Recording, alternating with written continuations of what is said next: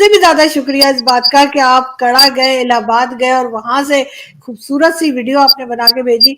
बहुत लोगों ने उसको पसंद किया है और बहुत बहुत मैं आपकी एहसानमंद हूँ मिलके। Thank you. नहीं, ये आसान तो मैंने बिल्कुल नहीं किया। मैं हमेशा क्यूरियस होता हूँ लोगों को देखने का, मिलने का, उनके आबाई कनेक्शंस देखने का। और क्योंकि यू आर अ कुलीग, तो फिर तो एक प्रायोरिटी बन जाती है ना। और अगर मैंने एक दफा प्रॉमिस किया हो, I have to keep it. So I enjoyed going there. और इतने अच्छे लोगों ने मदद की, कार मुझे अपना मुहैया कर दी कि जी सर सारा दिन आप जहां मर्जी जाए। तो आपके बुजुर्गों की लोगों में इज्जत इसलिए भी है कि वो लोगों की खिदमत भी करते रहे। तो they have a very good reputation here. Why did your grand parents leave, ये एक सवाल फैमिली में किया जा सकता है। बहुत लोग इस सोच में गए कि शायद वहां पे कुछ और मुल्क बनेगा, क्या होगा। तो वो एक चैप्टर है जिसमें your family is also involve, और लाखों और लोग इसमें इन्वॉल्व हो गए। तो तारीख में ये होता भी है। जो मैंने नोट किया, जो मस्जिद हमने देखी वो अहले सुन्नत की मस्जिद है। अक्सर काज़मी जो है वो शिया सेक्ट से होते हैं, लेकिन पता लगा कि आपका जो वो है खानदान, वो अहले सुन्नत का है। वो सारा वहाँ पे डिस्कशन हुई। वहाँ पे कुछ लोग आपके रिश्तेदार शायद नहीं है, लेकिन एक ही कुंबे से हैं। वो सारे अपने आप को काज़मी ही कह रहे थे। तो it was a great occasion for me to go there और उनको मिले। और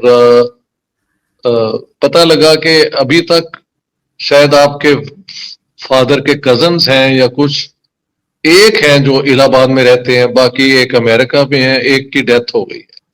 तो पता लगा कि वो कभी कभी आते हैं गांव में। तो गांव के साथ अभी भी खानदान का कनेक्शन है। लेकिन केयर टेकर जो हैं और बाकी लोग जो हैं वो तारीफ ही कर रहे थे आप लोगों की। सो आई एंजॉयड गोइंग देयर। बिल्कुल सर, वैसे काजमीज जो है वो कहीं ना कहीं से रिलेटिव्स होते हैं, ये तो खैर हमें बताया गया है कि कहीं ना कहीं रिश्तेदारी जुड़ती है, चाहे वो शिया हो या सुन्नी हो, उससे फर्क नहीं पड़ता। अगर काजमी है तो रिलेटिव्स होते हैं आपस में। तो वो वो जिनकी आप सारों की बात कर रहे हैं। सारों की जी नानी एक ही होती है, निकल आते हैं हाँ जिस बरादरी में गए ना। हाँ, उस ऐसा ही बरादरी है, में निकल। हाँ जी, हाँ जी। कहीं ना कहीं ऐसा होता है। लेकिन बहुत अच्छा जी, लगा देख के और ये सुनकर के वहां लोग हैं और अभी भी लोग याद करते हैं, याद रहते हैं। बाकी तो आपको याद पता ही है कि करते हैं क्या कुछ अच्छे हुआ था। लफ्जों में, अच्छे जी लफ्जों में। कि your elders were kind people, caring people. गांव के लोगों का ख्याल रखते थे, हिंदू हो मुसलमान हो कोई हो, लेकिन उनकी नजर सब पे जो थी ना, मेहरबानी की। और अच्छे तरीके से डील करते। तो ये भी रेपुटेशन पे you can be proud of. बिल्कुल सर, ऐसा ही है। बल्कि यही मैं कहूंगी कि पता नहीं उस वक्त आप भी समझ सकते हैं कि क्या टू नेशन थ्योरी का जो चूरन खिलाया गया उसके बाद किस तरह से लोगों को मिसगाइड किया गया होगा। क्योंकि अभी भी हम देखते हैं बहुत बड़ी तादाद मुसलमानों की रह रही है भारत में और कोई ऐसी बात नहीं, तो जबकि मैं वहां जो हाल अच्छा, है वो भी सामने है। जी जरा ये सुन लो। कोई ऐसा इलाका अब हिंदुस्तान का नहीं है सिवाय बंगाल के। बंगाल में पहले जा चुका हूं, या शायद बिहार, यूपी में भी अब मैंने फिर के देख लिया है। डीप डाउन तमिलनाडु में ऊटी, और ये कर्नाटका में बेंगलोर, जहां भी जाए मुसलमान आपको हर जगह नजर आते हैं। और उनकी मसाजिद हैं। बल्कि गोलकंडा जो है हैदराबाद का के साथ, वो उसी का इलाका ही है। वहां पे जब हम निकल रहे थे तो फुल फ्लैश अजान हो रही थी। मैंने हर जगह मिलिया ने और हमने नोट किया कि देखें, मुसलमानों की अजान कम से कम 2 दफा तो हम सुनते हैं, क्योंकि either you get up early in the morning. और तो जो अब नॉर्मल है ना, हर जगह मैंने लोगों को कारोबार करते देखा, अपनी जिंदगी की डगर पे चल रहे हैं। ठीक है, कुछ इलाकों में मुसलमानों पे वो एक कॉर्नर, उनको कॉर्नर भी किया जाता है, ये सब उसकी सियासत एक और चीज है। लेकिन आम बंदे एक दूसरे के साथ कैसे रहना है, कैसे क्या सलूक करना है, वो मुझे बिल्कुल मुनासिब लगा। जिन इलाकों में ये गड़बड़ होती है वो भी है। अब क्या किया जाए, 1.4 बिलियन के मुल्क में अगर कहीं ये हो रहा है तो वो भी बुरी बात है। लेकिन ये कहना कि मुसलमान यहाँ डर के रहते हैं, जब डर के आप रहते हैं तो अजान आप इतनी खुली तो नहीं ना दे सकते। छोटे छोटे पहाड़ियों पे ये जो होती हैं वैलीज, उसके अंदर भी यू विल हेयर द अजान, और लोग जो है वो इफ्तार कर रहे हैं। बल्कि ये पता लगा कि बहुत हिंदू और जितने बाकी हैं इफ्तार के वक्त मुसलमान इलाकों में आ जाते हैं, क्योंकि वहां पे नए नए खाने बनते हैं। तो एवरीबॉडी हैज अ ग्रेट, इफ्तार के अंदर मुसलमानों के साथ सारे इन्वॉल्व हो जाते हैं। सो इंडिया में तो इसको एक सेलिब्रेशन बना लिया हुआ है। ये इस तरह ही रहे तो मैं समझता हूँ बहुत अच्छा है। सो मुझे लोग कहते हैं यार कि तुम मोदी के पता नहीं एजेंट हो गए हो, ये हो गए हो, वो हो गए हो। तो वो इस किस्म के तंग नजर लोग भी हैं जो चाहते हैं कि मुझे किसी ना किसी तरीके से ना एक ये शो किया जाए। मैंने कहा नहीं, दैट्स नॉट ट्रू।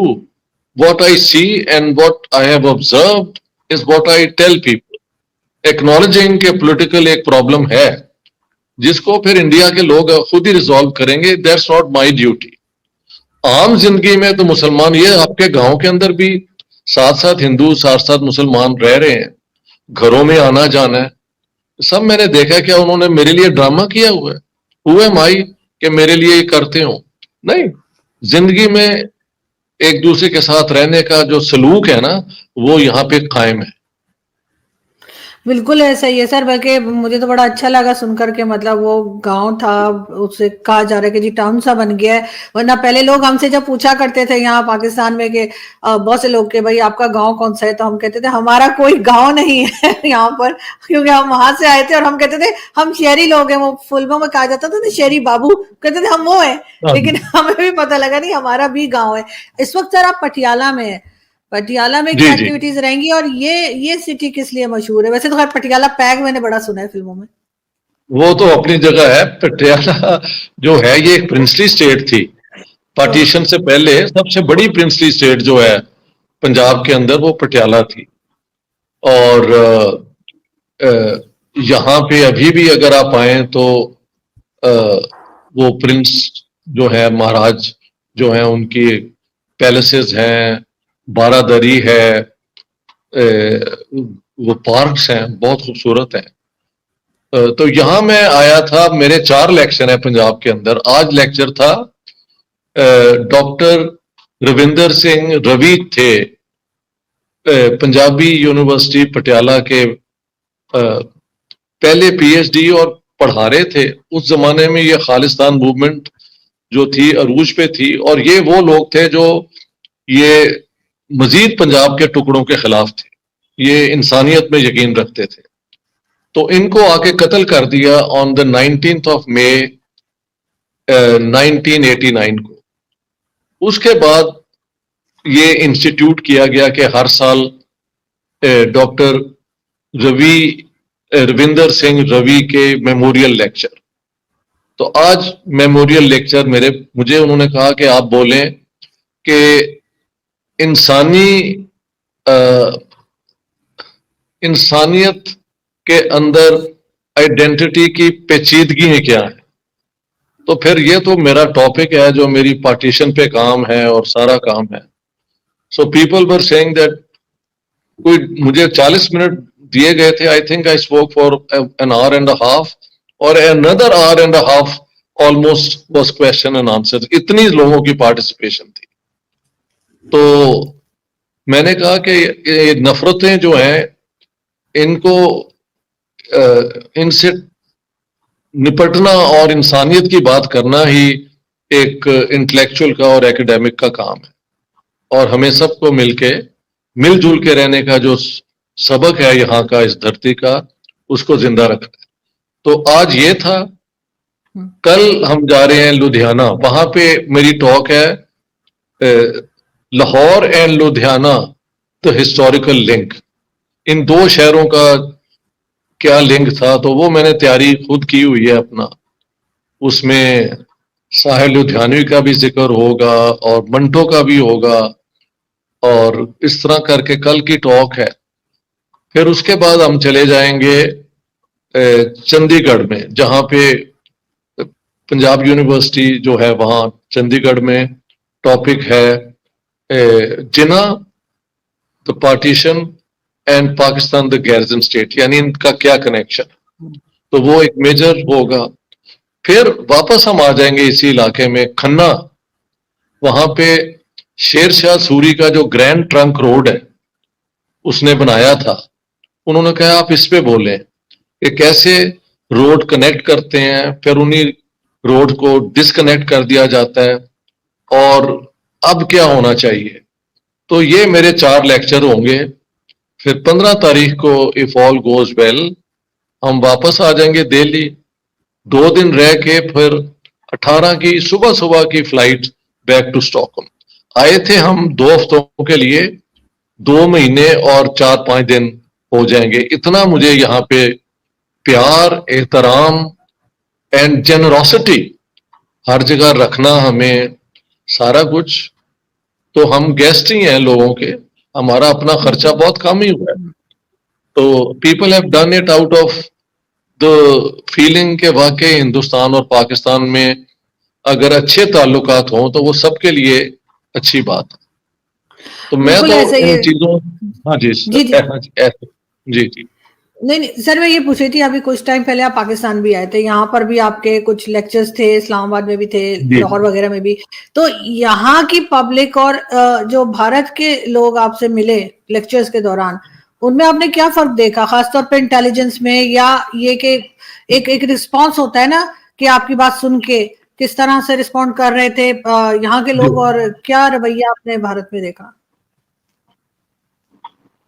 देखिए, मुझे पाकिस्तान के अवाम का खास तौर पे एहतराम करना चाहिए, क्योंकि जिन्ना साहब पे जो मैंने किताब लिखी है उसमें जो एक बुरा झूठा नैरेटिव जो था उसका आई हैव शोन के इट स्टैंड्स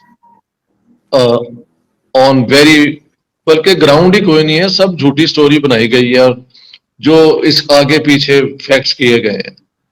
तो पाकिस्तान को मुझे बर्दाश्त करना, और लोगों में बहुत क्यूरोसिटी थी। मसलन जब हैदराबाद में मेरी टॉक हुई तो मुझे लोग मिले हर उम्र के, कि जी हम 400 किलोमीटर चल के आए हैं सिर्फ आपका लेक्चर सुनने के लिए।